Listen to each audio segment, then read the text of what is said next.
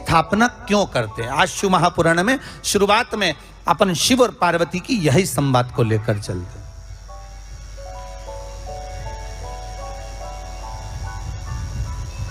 आखिर कलश में ऐसा क्या है, कलश के अंदर आखिर ऐसा क्या विराजमान है कि 33 कोटि देवता उस कलश के अंदर आकर बैठ जाते हैं। महाराज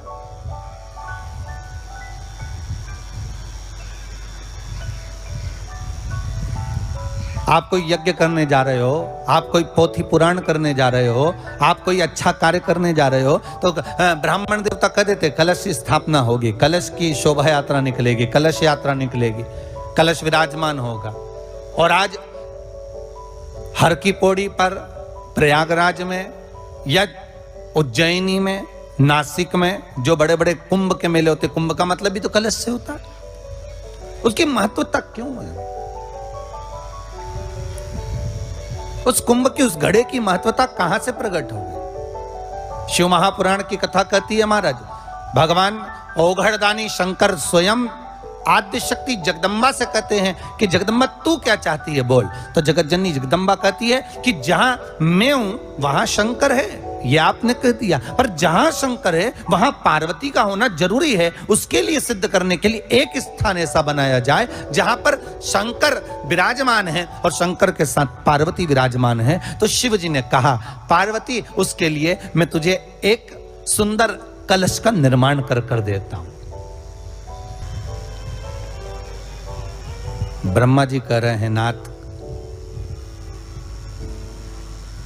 इस सारे ब्रह्मांड को रचना करना है कर दूंगा, मना नहीं है, पर रचना करता भगवान ब्रह्मा जी कहते हैं कि मैं संसार को एकाग्रित करूं, उससे पहले 33 कोटि देवताओं को मुझे एकाग्रित करना, और सारे 33 कोटि देवता एक जगह पर आकर विराजमान हो जाए, ऐसी कोई व्यवस्था करना। शंकर भगवान ने कहा बनाओ ब्रह्मदेव, तुम निर्माण करो। ब्रह्मा, शास्त्र कहता है कि भगवान शिव स्वतः, शंकर तो शंकर है, भगवान शंकर ने एक मट्टी का सुंदर सा भाग ढेला एकत्रित करा, उस ढेले से भगवान ने एक सुंदर कुंभ का निर्माण करा, एक सुंदर कलश का निर्माण करा। भगवान कुंभ का निर्माण कर रहे हैं, भगवान कलश का निर्माण कर रहे हैं, और भगवान स्वयं ब्रह्मदेव कर रहे हैं कि आप ऐसा निर्माण कर दो जिसमें 33 कोटि देवता स्वतः विराजमान हो जाए। तो भगवान ने उस कलश का निर्माण कर दिया। अब कलश का निर्माण करा तो स्वयं भगवान ब्रह्मदेव बोले प्रभु इस कलश के अंदर मेरा स्थान कहां है? मेरा स्थान कहां है?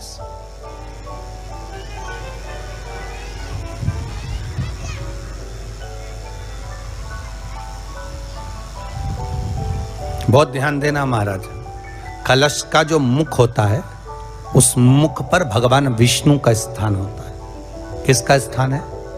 भगवान विष्णु का। थोड़ा सा नीचे आओगे, जहां से कलश का मुख दबा हुआ होता है, वह जगह भगवान स्वयं शिव की होती है। किसकी जगह है? भगवान शंकर की।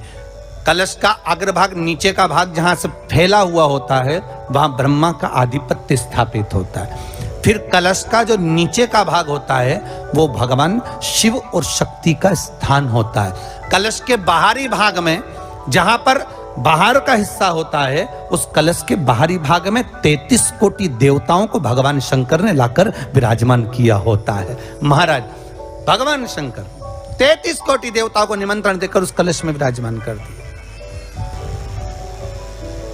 कितना सुंदर लिखा है देवी भागवत के अंदर कि जहां कलश की स्थापना होती है उस जगह पर किसी देवताओं को बुलाने की जरूरत नहीं होती। 33 कोटि देवता उस जगह पर स्वतः विराजमान हो जाते हैं। स्वयं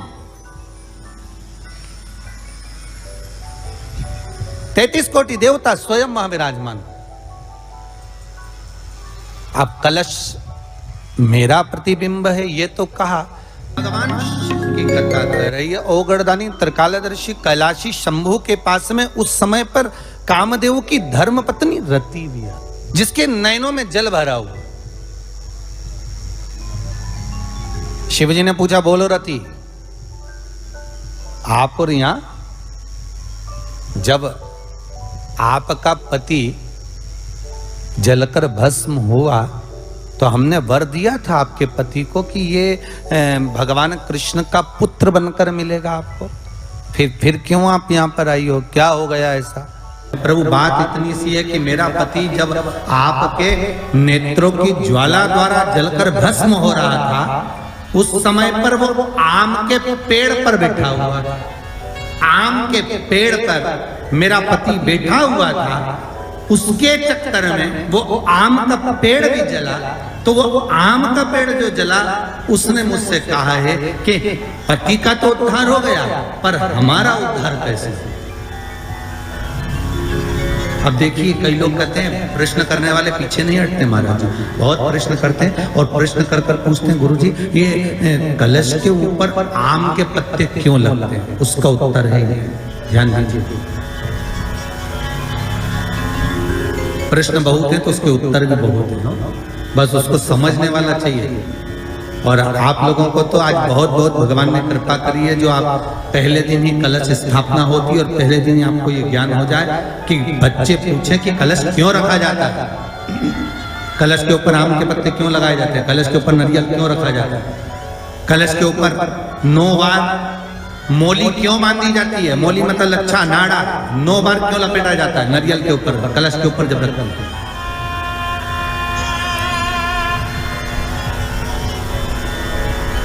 कलश के ऊपर जब जब श्रीफल रखाता है, नारियल रखाता है तो उस पर 5 बार 7 बार मोली नहीं लपेटी जाएगी, तो 9 ही बार लपेटी जाएगी। 5 या 7 बार लपेटते हैं तो कहते हैं कि लक्ष्मी की छिन्नता होती है, और वो 9 बार लपेटी जाती है तो भरपूर लक्ष्मी का भंडार।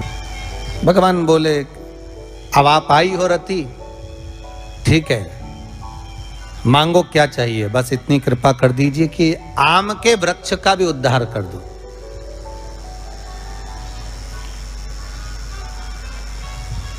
शिव जी ने कहा हम वर प्रदान करते हैं रति, जहां शिव